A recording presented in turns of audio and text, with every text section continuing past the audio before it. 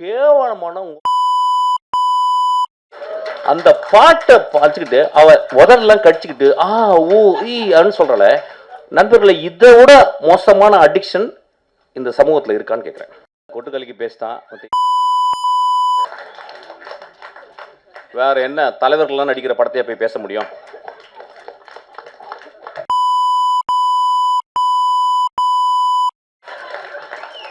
அவன் ஏன் கஷ்டப்படுறேன்னு சொல்றான். கஷ்டப்பட்டு படம் எடுக்கிறேன், கஷ்டப்பட்டு படம் எடுறான்.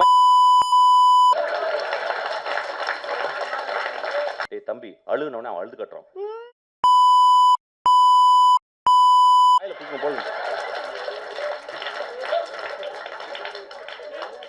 சமூகம் எப்படி இருக்கு பாருங்க. ஒரு கோட்டர் அடிச்சுட்டு அப்படி அப்படி விமர்சனம் பண்ணணும்னு நினைச்சீங்கன்னா இல்ல சும்மா போய் பார்த்து ஒரு கோட்டரை வெளியே வந்து அடிங்க. ஆக்சுவலா நம்ம தான் தராசு வச்சிருக்கோமே. மிஷ்கின் சொல்லிட்டாங்க.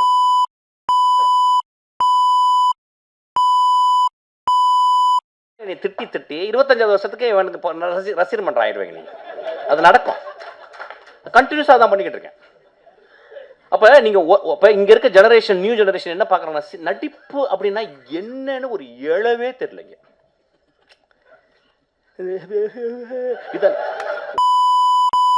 இது ஆப்பு, இது அவலட்சணம், அழுக்குது. ஆக்சுவலா அந்த மாதிரி மேடையில் வந்து இவ்வளவு பத்திரிகையாளர்கள் நண்பர்கள் இருக்கீங்க. நீங்கள்லாம் பெண் பத்திரிகையாளர் இருக்கீங்க, நம்ம நண்பர்கள் நிறைய பேர் இருக்காங்க. பேசிக்கிங்க, வெளியே பேசிக்கிங்க. ஒரு மேடை நகரிங்கன்னு ஒன்றும் இல்லையா? என்ன வேணா பேசுகிறதா? அவ்வளோ புக்கு படிச்சிருக்கீங்கன்றீங்க, அவ்வளோ படங்களை பார்த்துருக்கோம், உலக படங்களை பார்த்துருக்கேன்னு சொல்கிறீங்க, அவ்வளோ உலகம் போல புக்ஸை படிச்சிருக்கேன்றீங்க. அப்புறம் என்ன அறிவு இருக்கு உங்களுக்கு? குறைந்தபட்சம் ஒரு நகரியம் வேணாமா? ஒரு மேலே பேசுகிற பேச்சா? உங்களுக்கு பெண் குழந்தை இருக்குது, எல்லாத்துக்கும் எனக்கு பெண் குழந்தை இருக்குது. ஸோ எல்லாத்துக்கும் இருக்காங்க. ஸோ மேடை நாகரிகம்ன்றது ரொம்ப முக்கியம். சமீபத்தில் அண்ணன் பாலானுக்கு வந்து 25th இது இயர் கொண்டாட்டம். அங்கே பார்த்தினா அவர் என்னமோ பெரிய குடியார மாதிரியும் படுத்து கிடந்தான் பாலா, அவன் தான் பாலான்றது. இங்கே வந்து இளையராஜில் வந்து அவன் தான் இளையராஜான்றது. யாரா நீ? நீ என்ன அவ்வளோ பெரிய அப்பாட்டாக்குறா தமிழ் சினிமாவில்? எனக்கு ஒன்றுமே புரியல. ஒரு போலி அறிவாளி அப்படிதான் சொல்லணும். உலக சினிமாவில் வந்து காப்பி அடித்து படம் பண்ணி ஜெயித்த ஒரு போலி அறிவாளி மிஸ்கின். எதுக்கு இந்த மாதிரி ரொம்ப அநாகரிகமாக ஒரு மேடையில் வந்து ஒரு ஆணவப்பெல்லாம் சொல்லி பேசி ரொம்ப மனசு கஷ்டமாக இருந்துச்சு. ஏன்னா தமிழ் சினிமா இயக்குநர்களை நான் வந்து பெரிதும் மதிக்கக்கூடிய ஒரு கலைஞன். நான் எப்பயுமே ஒரு ஷூட்டிங் ஸ்பாட்டுக்கு போனாலும் சரி, இயக்குனர் என்ன சொல்கிறதோ அதை நான் வந்து அப்படியே கேட்டு நடிப்பேன். ஒரு பிளாங்க் பேப்பர் மாதிரி போவேன், ஒரு களிமண் மாதிரி போவேன். என்னை எப்படி வேணால் வடிக்கலாம், எப்படி வேணால் எழுதலாம், எதையுமே நான் பண்ண மாட்டேன். எங்களோட ஒப்பனை உங்களுக்கு தெரியும்.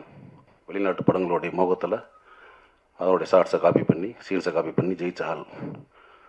ஸோ இங்கே வந்து ஒரு போலி புத்திசாலி, அதை நான் வச்சுக்கிட்டு பிறகு இன்னும் பல மேடைகள் நீ பேசலாம், கொஞ்சம் நாகரிகமாக பேசுங்க.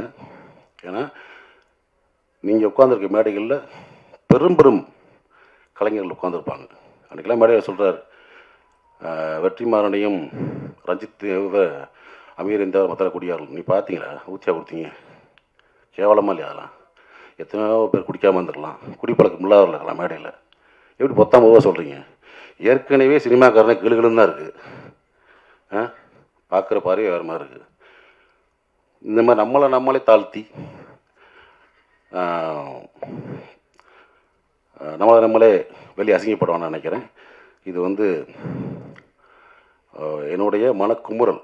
ஏன்னா இயக்குனர் மிஷ்கின் அவர்கள் என்னுடைய மிகச்சிறந்த நண்பர். இது அற்புதமான மேடை. இந்த மேடையில் அப்படிப்பட்ட வார்த்தைகளை யூஸ் பண்ண மாட்டாங்க. அதுவும் பர்டிகுலராக எனக்கு ஆண் உறுப்புகளையும் பெண் உறுப்புகளையும் வச்சு பேசும்போதெல்லாம் எனக்கு அப்படியே பார்க்கும்போது எப்படி ஒரு மேடையில் போய் பப்ளிக்கில் இப்படி ஒருத்தர் பேசுகிறாருன்னு எனக்கு பகீர்னு ஆயிடுச்சு. அந்த வீடியோலாம் வரும்போது எப்படி ஒரு மனிதன் இப்படிலாம் பேச முடியும் அப்படின்னு. ஆனால் அந்த நேரத்தில் இந்த நேரத்தில் ஒன்றே சொல்லிக்கணும். அந்த என்டையர் இன்டர்வியூ அந்த பேச்சை நான் பார்த்தேன். 32 நிமிஷம் அவர் பேசுனதில் ஒரு 4 நிமிஷம் தவிர 28 நிமிஷம் அவ்வளோ சிறப்பான வார்த்தைகள் இருந்தது, சிறப்பான விஷயங்கள் இருந்தது, அவ்வளோ சிறப்பான கருத்துக்கள் இருந்தது. ஆனால் அந்த சிறப்பான கருத்துக்கள் மக்கள் மத்தியில் போய் சேர்றதுக்கு அவர் யூஸ் பண்ண ஒரு 4 நிமிஷம் வார்த்தைகள், 4 நிமிஷம் சொன்ன விஷயங்கள், அவர் சொன்ன அந்த அட்ஜெக்டிவ்ஸ், அவர் சொன்ன விஷயங்கள், அது எல்லாமே அந்த 28 நிமிஷம் அவர் சொன்ன மிக சிறப்பான விஷயங்களையும் ரொம்ப கேவலப்படுத்திடுச்சு. ஸோ என்னுடைய ஒரே ரிக்வெஸ்ட் என்னன்னா, நான் என்னுடைய உண்மையான ஒரு நல்ல நண்பராக இருக்கிற திரு மிஷ்கின் அவர்களுக்கு மேடைகளை நீங்கள் உங்களுக்கு இருக்கிற அந்த 28 நிமிஷத்தை ரொம்ப அழகாக பயன்படுத்துங்க. அந்த 28 நிமிஷம் நீங்கள் பேசியிருக்கீங்களா, அது மட்டுமே பேசியிருந்தா காலங்காலமாக அந்த 28 நிமிஷமும் ஒரு பெஞ்ச் மார்க்காக இருந்திருக்கும். வாழ்க்கையை எப்படி புரிஞ்சிக்கணும், வாழணும் அப்படின்றதுக்கு பல அற்புதமான விஷயங்களே அதில் சொல்லியிருந்தார். அதை மட்டுமே சொல்லியிருந்தா போகிறோம். அந்த 4 நிமிஷம் வார்த்தைகளை சொல்லி 4 நிமிஷம் வந்து தவிர்க்கப்பட வேண்டிய வார்த்தைகளை சொல்லி இந்த 28 நிமிஷம் பேசுறதெல்லாம் இது எல்லாத்தையும் நல்லிஃபை பண்ண சொல்லுவாங்க இங்கிலீஷில். அதை நல்லிஃபை பண்ணுற மாதிரி இல்லாமல் யாரையுமே கேவலப்படுத்தாமல், யாரையுமே வந்து கௌரவ குறைச்சல் பண்ணாமல், இங்கே இருக்கிற ஊடக நண்பர்களை மதித்து அவங்களுக்கு ரெஸ்பெக்ட் கொடுத்து எல்லோருமே பேசணுன்றது தான் என்னுடைய ஆசை.